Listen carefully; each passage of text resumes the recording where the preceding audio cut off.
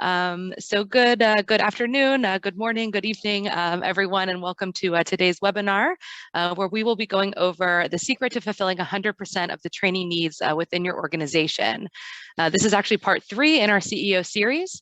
My name is Megan. I'm one of the customer success managers here with Easygenerator, and I'm joined by Easygenerator's own CEO, Casper Spiro. Hi, good afternoon. Or morning or evening.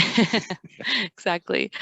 So before we get started, just want a couple housekeeping items. So just as an FYI, as we do go through the webinar, we do welcome any questions that you have. However, please do use the Q&A option within the Zoom meeting. That just makes it a little easier for us to track them. Sometimes if you put a question in the chat, that gets lost. So please use that Q&A for any questions as we go through, and we'll either answer those live or we'll chat back to you there. And then this session is also being recorded and will be available after this call, along with part 1 and part 2 of this series as well, in case you'd like to listen back to those. So if you want to jump to the next slide, Casper. Oh yeah, sorry. Perfect. So just to quickly go over the agenda for today's webinar. So Casper will provide a quick summary of part 1 and part 2. And then speaking to today's topic, we will go into the idea for identifying the correct audiences for employee-generated learning. What does that actually development look like? And then basically being able to measure the effectiveness and the quality of that content that is created. So with that, I'm going to hand it over to Casper, and we can go ahead and get started. Thank you, Megan, and welcome to everybody. So yeah, indeed, starting off with a small recap of the first 2 webinars. And at Easygenerator, it's basically all about fulfilling this quote of Louis Platts. He used to be the CEO of HP. And he said, if HP knew what HP knows, we'd be 3 times more productive. And that is sort of our holy grail. So we really believe that all the knowledge you have to function, for everybody to function in your company, is available in that company, but most of the time it's in the head of your co-workers. So getting that information out there and making it searchable, findable, and actually capturing that, that's what we are setting out for. So, and how we do that, it's quite simple. So in the first series, we went into the power of employee-generated learning. And basically, it is solving an issue we have. E-learning is usually created by an instructor designer who is in a staff function, interviewing people in the business, creating a course and publishing that, and being the owner of that course. The issue here is that the instructor designer is not part of the business, doesn't develop with the business, doesn't know what's happening in the business, and with that, the content which he's responsible for will never be updated, and e-learning content will be outdated really quickly. This process is also really slow and it's really expensive. So these 3 elements, so the lack of speed, with that the cost, and the fact that you can't keep it up to date, were the trigger to start with Easygenerator, because I really felt that we spend a lot of time and a lot of money to teach people outdated stuff, and that is what we want to change. And the solution for that is really simple. We believe it should be driven, owned, and created by the business. So we created a tool that will allow you or allow your employees, your co-workers, to create content and to be responsible for that, to publish it, but also to keep it up to date. And we believe that the learning function, instructor designer, is there to support that and not to take over the responsibility. So that's a different mindset, and it is something that is not really new in the way that a lot of things are moving from top-down control to bottom-up. So this is an example from home entertainment, where we used to have the broadcasters, the networks, sending out their programs, and we had to follow their lead, watching on RTV what they programmed for us. Then we got the streamers with Netflix, but also all the other stuff we now have, where you basically have the same content, but it's available in an environment where you, as a viewer, can decide when to watch it and what to watch. But now we're moving into the 3rd stage, or we already are there for quite a while, with the creators, where content, so video content created on YouTube and on TikTok and being published by the people, the same people who actually view it. So the viewer actually became the creator there. And we see the same development in a lot of other areas, but one of them is learning. So with learning, the learning management systems used to be top-down approach. So they are really broadcasters defining what kind of content people need to learn. Then, basically, where we're what's now really hot and happening is the learning experience platform. So the degree, the AdCards of this world, they are streaming the content more. So people are going there and they can actually on demand, get their information. But we believe the future is really in the creators, where the learner becomes a teacher, and where, like with TikTok and YouTube, which are already the biggest educational applications in the world, a tool like Easygenerator is there to capture the knowledge inside a company and to publish it. So what we see is we move from broadcasters to streamers to the creators, and basically for learning it is the learner becomes a teacher as well. So we have a whole bunch of customers using this, over 1,300, but the variety is pretty big there. So we have a company like Nielsen who's really there for cost and capacity. For them, it's the most efficient way to create content. With Unilever, it's the speed of creating content with employees, which is so much faster. So that is what they need. They need to create learning at the speed of the business. For Kellogg's, it's really like a sort of principal thing where they create content, but they really believe that the content creation should be owned by the business. That's the only way forward. With Electrolux, they do it in the same way, but there's much more that they empower trainers to do that, and they're flipping the classroom. They're using that model to actually move their training online and make it more effective. And with the Known, it's part of a new ecosystem where learning is moved from bottom up to top down, and where they are using Easygenerator in connection with learning record stores and learning experience platforms as a new ecosystem. So we see a whole bunch of new customers appearing, and all of them using Easygenerator. So in the second part, we went into how you should do that. And we had Louise Puttyfoot presenting. She used to be the learning manager of Nielsen, one of our early customers. And she had a great story about how you have to win the heads, the hearts, and the hands of the people to actually convince them to start using Easygenerator and to start creating content in the company. So she has a story about approvers, conduits, and end users, which really, really makes sense. Also, she made a distinction between content which is suitable for L&D generated and not for employee generated, and the other way around.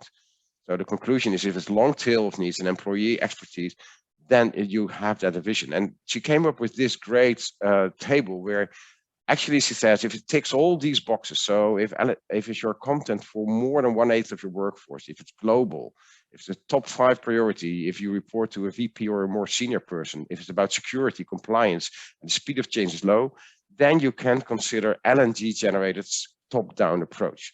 In all the other cases, you should look at employee generated learning. Oh, sorry, I'm going too fast. So this is really short recap of the two first webinars. If you want to see the details and the detailed story there are recordings available. So we will add this one as well. So we will share those links with you. And now I hand it over to you, Meg. Yes, perfect. Thank you. So yes, to really switch the focus a bit on what we'll be discussing more today. So you've already heard a bit from Casper on kind of why engaging employees is important in content creation. So now we can talk about how to identify these groups. So who will these people be that will actually be creating the content? And if you're not sure where to start, then basically what I will do is talk through 3 potential use cases that can help you target these potential content creators. So the first one, Casper, if you want to go ahead to the next slide. Perfect. So this option is really where you can empower your go-to people. So think of your HR business partners or those HR or L&D arms that you have kind of throughout the business.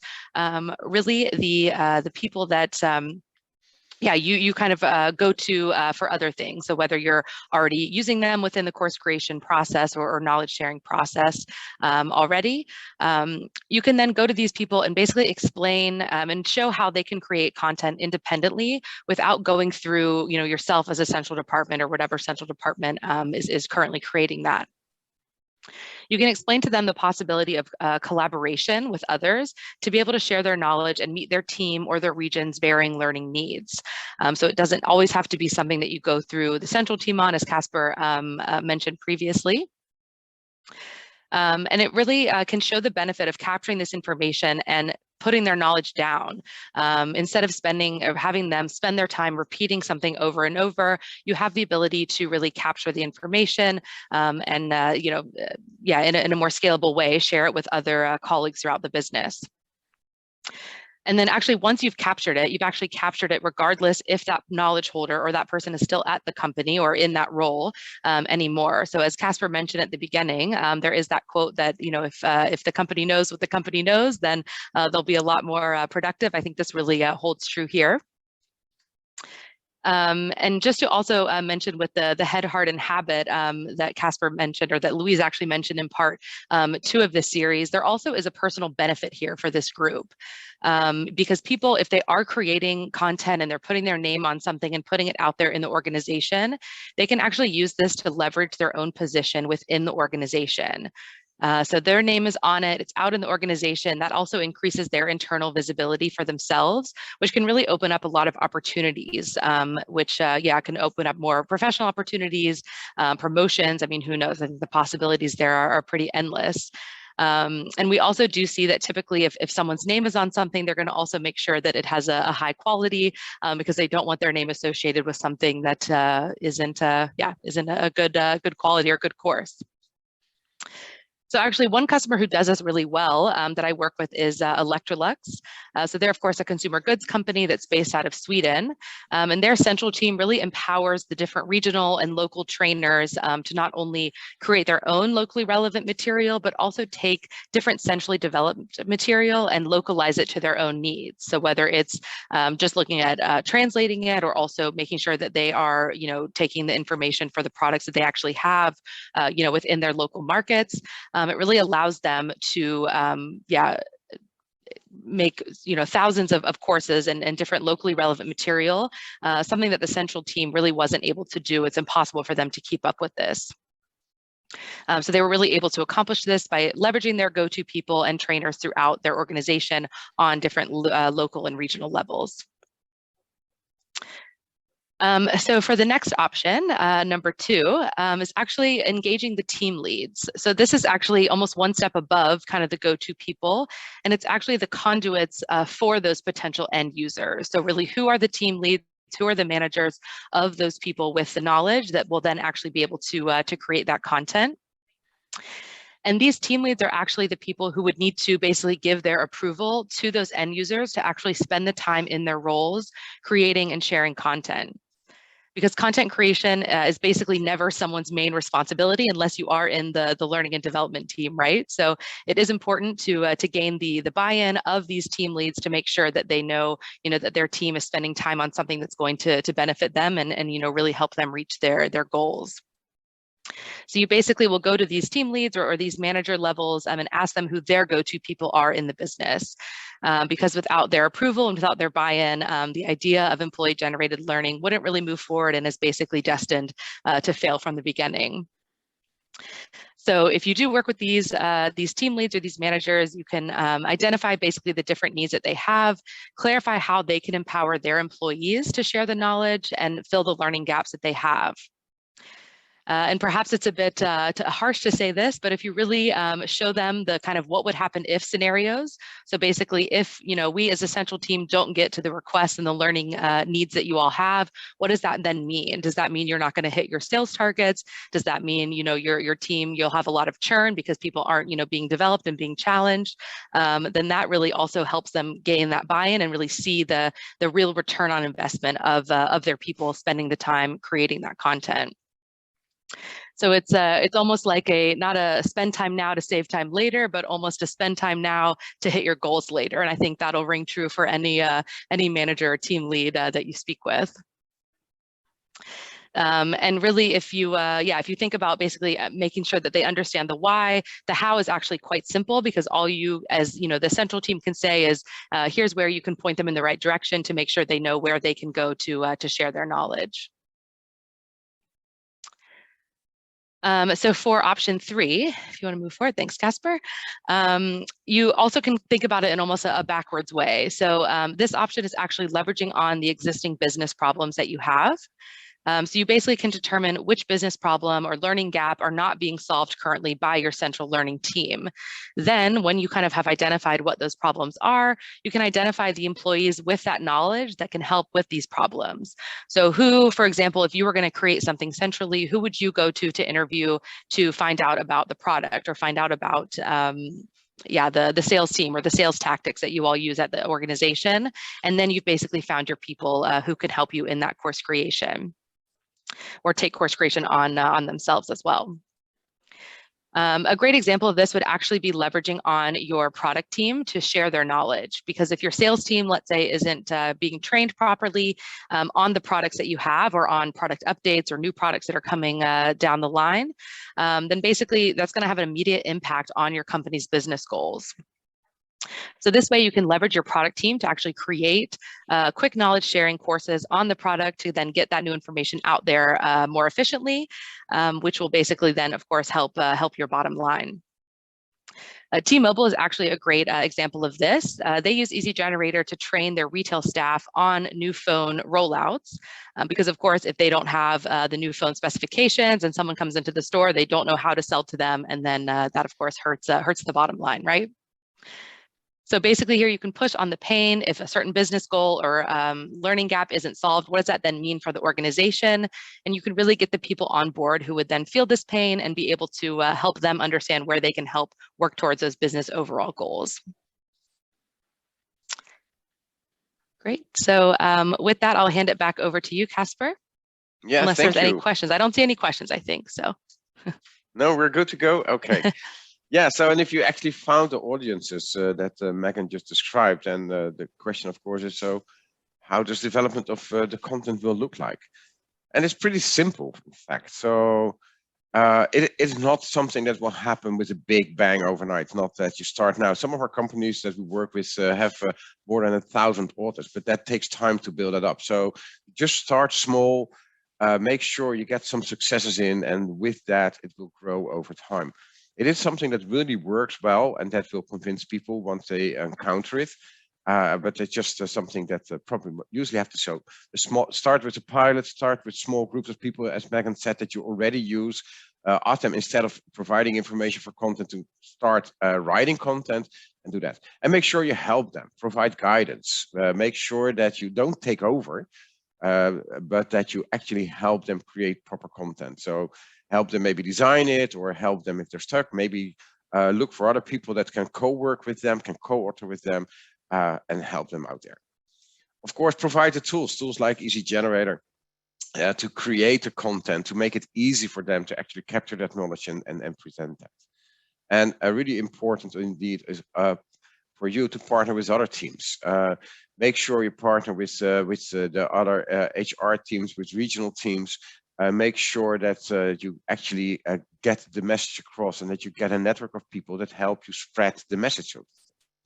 And the bottom line is, of course, that you are empowering subject matter experts to co-create the resources. And you really need to have that as a central focus, because that is the goal, that you capture their knowledge. So you make that knowledge available for the rest of your organization, and make your organization with that more agile and more productive.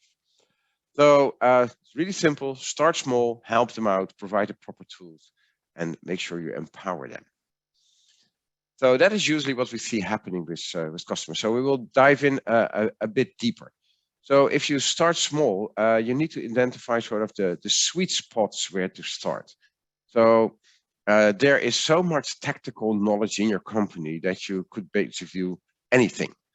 And if you start with employee-generated learning, sometimes there will just be people who sort of pick that up and start writing about that. But sometimes you can also go to some people and start asking them to, for example, share very simple best practices and how-tos. Those are really simple things to start with, because they contain a lot of knowledge, a lot of tactic information that is really helpful for other people as well. So you start with those sweet spots where employees basically need to intersect with the business, and they get used to working with Easygenerator, capturing their knowledge and sharing that. And also keep in mind that employee-generated learning is not to replace your classroom training. It's a completely different thing. So for certain things, classroom training probably is the best approach. For many other things, like we said in the first webinar, employee-generated training is probably a better way forward. So you really need to look at what kind of things you are doing, and sometimes even use a blended approach there. So it's something that that you have to, as we are in HR, you have to find a way to collaborate with those employees and make sure that you balance it out and make sure that that you have the whole package there. And the top-down learning, it's very often learning that you have to do. So we're talking about security or compliance training. Those are, of course, important and very often centrally led and centrally created. But there's so much else that you can teach on that actually should be owned by the business and should be created. But find those small sweet spots to start with. So the second one, how to actually guide those people. So make sure that you develop a user-friendly toolkit that makes it really simple for users to use the training.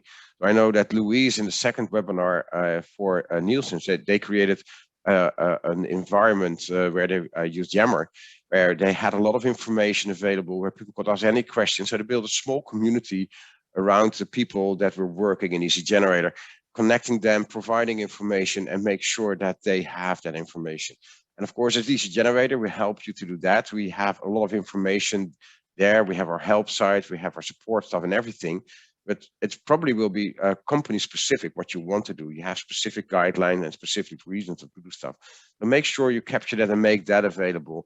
And so instead of telling people every time the same story, make sure you rather capture it in a way that you can share it with people. You can even use Easygenerator for that, to do that. So create like a central place, a central hub where people know that the information will be there. And it can be anything, a wiki, an intranet page, a WordPress site, maybe even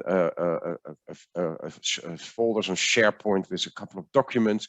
But if people know where to go, and if you just make sure that the information is there, that is like a really, really important one. So then we go into the third one, the tools. So you need to have a platform that enables users to actually create and share that content.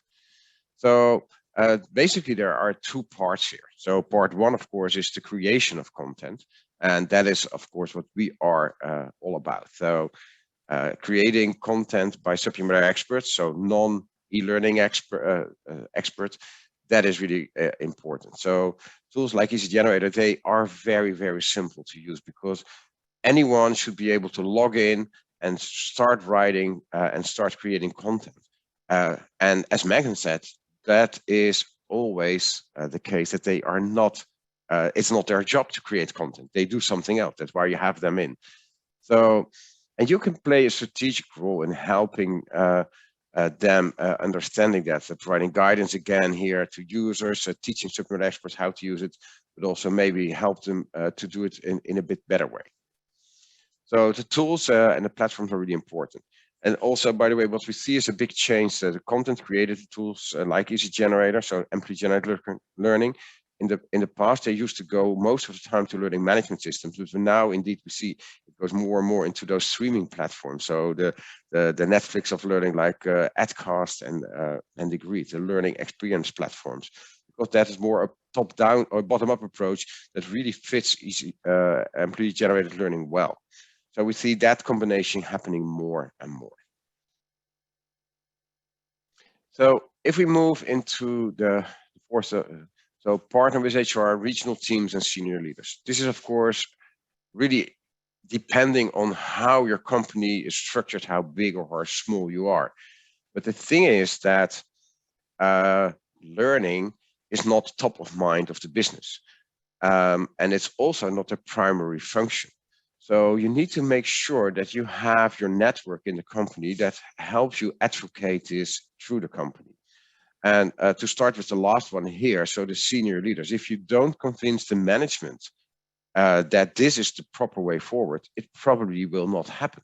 And there's a very simple reason for that. So for example, we have a consultant firm working with Easygenerator, and they have to register their billable hours. So if you create content, you're not billable. So then it will discourage you to actually start creating content.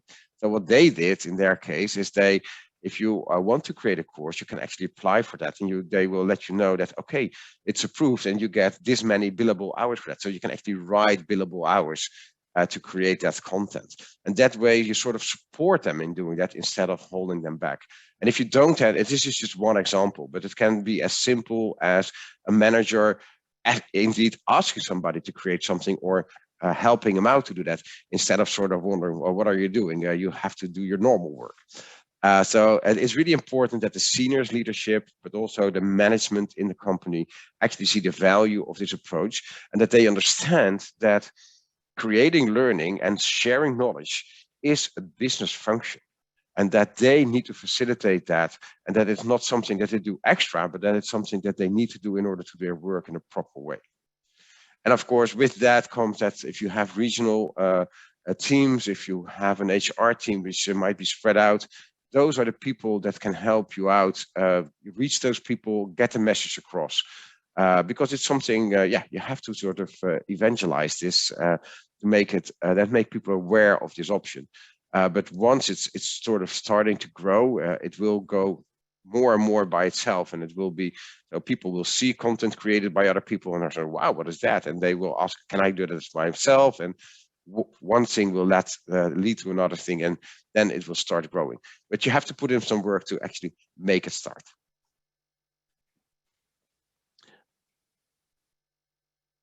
And what is really crucial here is that you should empower subject matter expert to co-create. So because knowledge sharing is not a thing of one person to many persons. Very often it's a group of people that are the experts on a certain topic. And that is one of the things that you can do as well. So very often a subject matter expert is not aware of the fact that he is not the only expert on a certain field. Especially in the larger companies, we see that a lot. So people can actually be all around the world working on the same things, thinking about the same things, and indeed creating content on the same things. So if you see that as managing employee-generated learning, bring those people together, because probably if you put 3 experts that work globally on the same topic together and ask them to create a course together, it's more fun for them, but you will probably get way better content as well. So wherever you can, try to sort of convince people that if you want to create content, if you want to share your knowledge, it's not just about your knowledge. Try to work together as a team. And Easygenerator does have co-authoring facilities, and it's really important. And you actually very often see that content created by more than one person is really, really much better than just a one single person, because you only have one perspective. You also see if you have one specific person, one expert, they sometimes skip some of the information because it's so logical for them. If you have a group of people, they will challenge each other and it will be much more complete.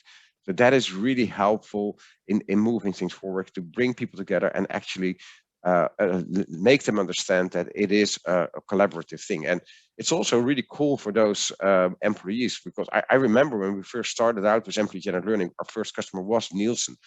That in the very beginning, a guy in Australia, a guy in Sweden, and a lady in America discovered that they were all writing on certain security issues, and they were not aware that they actually had that same expertise. And they sort of created a group together that did way more than just creating courses. They actually started exchanging information, but also exchanging best practices, and actually changing around the way they work on security, because they actually improved each other. So it's also opening up a lot of things there. And of course, it's also a way for a subject matter expert to be recognized as an expert in a certain field, if they can actually publish that and be one of the leading figures there. So this is a really important part. So make sure that you appreciate people when it is, give them the recognition, and allow them to shine. That is one of the things that will really, really help. Okay. So that is about how to get people in. So we talked about the audience and also how to start up the process. I talked I'm now working for Easygenerator just over 11 years. And I talked to I don't know how many learning managers. And whenever I make the pitch that the creation of e-learning, it's slow, it is really expensive, and it's really hard to keep it up to date, I always get 3 yeses. They always say, yes, that is true. That is an issue. We need to be faster. We need to be cheaper, and we need to keep stuff up to date. But 99 out of 100 times I get a question, But what if the quality of the employee-generated content is not good enough? What if they create bad courses, bad learning? Then it really doesn't help. So that is a very, very valid point, and it's something that we are really focused on. So the simplest thing that we have a whole bunch of things to help people out, but the simplest thing is basically we have at Easygenerator really unprecedented support. So there's a built-in chat into the tool where you can just ask a question on the tool, but even you can go further than that. You can ask a question on anything. So how do I create a course? How do I structure my course? So what is the didactic rule for this or that? So our support team not only can help you out with the tool, but also can help you out with any didactical questions. And that, of course, is on top of what you already are providing, what we talked about, the central hub that you can have about maybe a community. We see a lot of Yammer and team environments being used by the authors to exchange information, to help each other out. That is really important. But I have to say, I'm really proud myself at the customer support team and the customer success team that we have at Easygenerator. I think it's unprecedented. Right now, we have support live available 19 hours a day. We're hiring, and the moment that we have sufficient people and train them well enough, we will go to 24 hours support during weekdays, so 24/5 support. So day or night, wherever you are. And I thought that we have people, I thought from Dubai to the States. So all those time zones are covered by support. And just that is, I think, really crucial in making it a success. So the other question that we, of course, have is how effective is the content that people create? And looking at the value of the content you create with employees is different than the value that you want from a course that you're pushed down, top down. Let me explain. So if I am an instructional designer and I have a compliance course, I want 5,000 people to take that course because all those 5,000 people need to have a certificate. And I need to have proof of that. So I want a learning record store or a grade book where I can actually build that up. And if I get an audit, I can prove, okay, all 5,000 people were certified and we are complying with the law. That is a form of effectiveness. So actually the results of a course. If you think about the effectiveness of a course that is created by a subject matter expert, and the goal is not to learn something, to actually comply to something, but actually to transfer knowledge, to transfer skills, to transfer insights. That's really different. So, for example, if I would create a course on e-learning, I wouldn't really be interested if you actually have all the questions correct.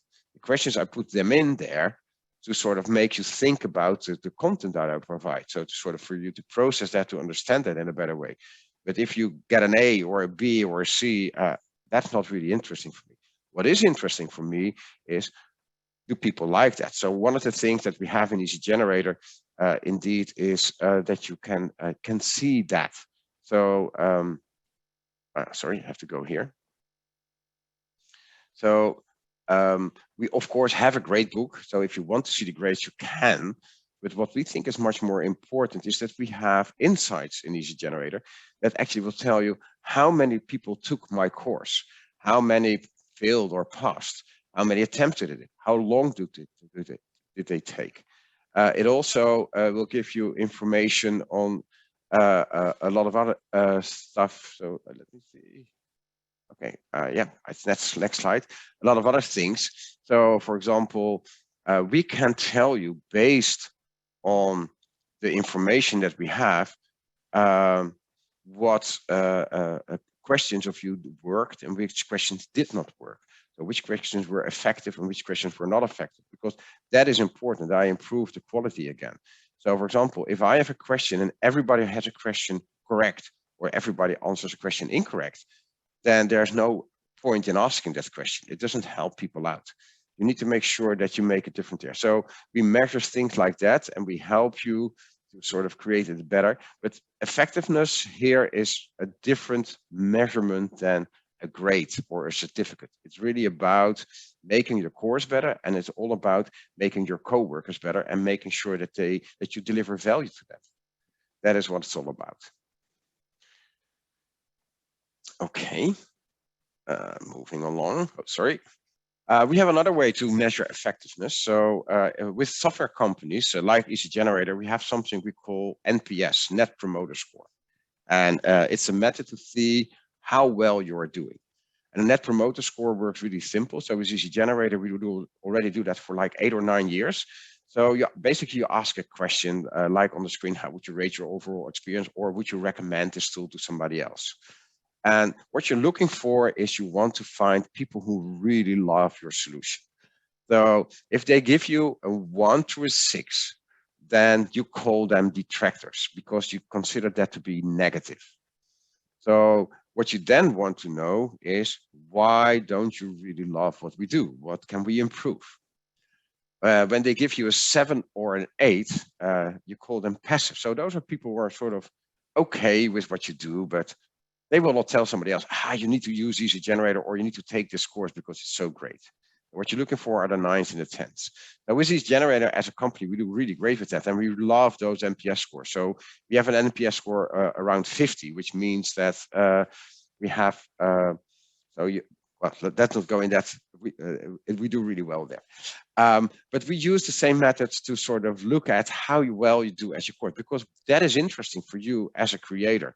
How do people value my course? So we actually ask a question. You can, by the way, switch it off or on if you want. But at the end of a course, we can ask this question, and it will actually pop up in your gradebook. So you could see that 2 slides ago here. So you have your insights, your gradebook, and your satisfaction survey. If you click that, you get this this result tab. And you can actually see in this case, there's only 1 void that gave a 10, but it will give you an idea on how do people like it. And also, and we know by experience, a lot of people will give feedback on that. And that is really great because it will help people to understand, am I adding value? Is it meaningful that I create content? And if they have like a positive experience there, they probably might create more courses there. So this is also, again, on effectiveness, a different way. It's actually asking people what they think about it instead of giving them a grade. It's the other way around. So we also do more if we look at the quality side of things, do more about that. So I already talked about a bit about the support that we give, the support that you can give by creating a central environment for them, a central go-to place. Inside Easygenerator, we also really are focused on helping people out more and more. So we have in the tool a lot of examples, and those examples are sort of templates that you can use as a starting point for creating a course. And we actually find out that people who create a course based on one of our examples, and there are many of them, they will publish more often, but also those courses will be used more often. So it really helps people to become more effective, and it also will raise the quality of the content because you already have that framework to work from. So there are a whole bunch of examples, and we're working all the time. We are expanding the team that's creating those courses. I don't know the number we have in, but it's significant, and it's growing every week. So a lot of examples there that you can use. So you can actually start a course from scratch. So then you have like a blank canvas that you can start working on from scratch. You can work from the examples, and we even have a way that you can import a PowerPoint that you have and work from there. But especially the examples will help you or help the subject matter expert to create better quality content. Another tool that we have in is our Learning Objective Maker. Yeah, I still really like it. So the Learning Objective Maker is based on Bloom's taxonomy, and none of your subject matter experts will ever have heard of that. But it's a way, so Bloom's taxonomy have 6 levels of learning. And what we did is by asking 4 very simple questions to the learner, we help them to create a proper learning objective. And what we see, even if the learning objective is not visible for the learner, but if it's in the design process, people sort of think and rethink the goal. What do I want to achieve with this course? What do I want to achieve with this section? What is the goal? Who is my audience? What level of learning do I want? And we help them out by actually selecting that level by offering the verbs connected to that level. You can create a better learning objectives, and if you have that, it's really helpful to improve the content. So it's basically the same as in life. If you don't have a goal, it's really hard to be successful. And the same is with the creation of e-learning. So we have that in the tool. And by the way, this one is already a few years old, and I'm really working on an improved and simplified version of it as we speak. So we're never done. Because one of the insights that we have that actually with employee-generated learning and corporate learning, all those levels are interesting, but the only one that really counts is the one here on the screen, is applying. If people know stuff, but they can't apply it, there's no value. So we are going to simplify that with more stress on the level of applying the knowledge. And you can't really expect a subject matter expert to actually do something for the higher levels of learning. That's also probably not the goal. So we will simplify this a bit, but having the learning objective maker in the tool and helping people to create proper learning objectives is one of the ways we help to increase the quality. A crucial one is course review, and it's one of the powerful features of Easygenerator. So you can actually share a course with somebody who is an expert, or maybe even not an expert, but somebody who can review your course for you. And while they are taking the course, they can type in any remarks. And those remarks are being fed back into the authoring tool and collected for the author. So the author can go through his course, see all the remarks from all the reviewers, can be as many as you want, and improve that. And it's really a best practice. So we always tell our customers, never, ever publish a course without a review. And I think, by the way, that's good advice anyway, because if I write an article, I will never just publish it. It's always been reviewed by somebody, because it will always improve it significantly. The review function of Easygenerator is a really powerful and really simple way.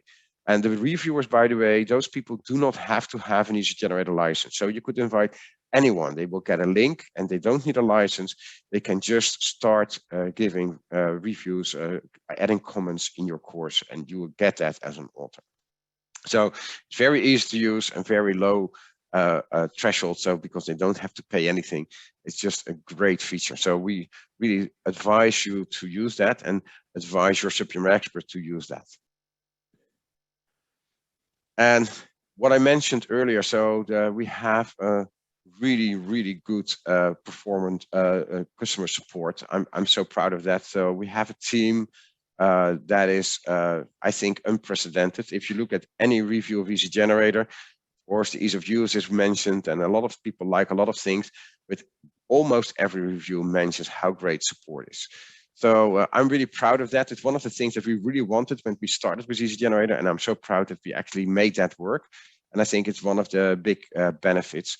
And we actually take that to the next level, because at Easygenerator, we have a brand promise, and that is this one. So you share your knowledge easily and quickly with Easygenerator. And we have a user-friendly app. We have the support that I mentioned. We have onboarding sessions. We have customer success people like Megan working with you to make sure that you're successful. And we really believe that anyone can get started with that. But even with all that, if you're still not happy, or you're still not get stuck, if you still think that you are not able to create a course, and that goes for any person working with Easygenerator, we will actually schedule a session with you and sit down one-on-one and make it work for you. We review your course, we work with you on improving your course, we'll teach you how to do it in a better way. And only when you're satisfied that we are there and that you can publish your course, we will then hand it over back to you. So we'll work with you, and we'll make sure that it is successful, because we know that that quality and that success is everything there. So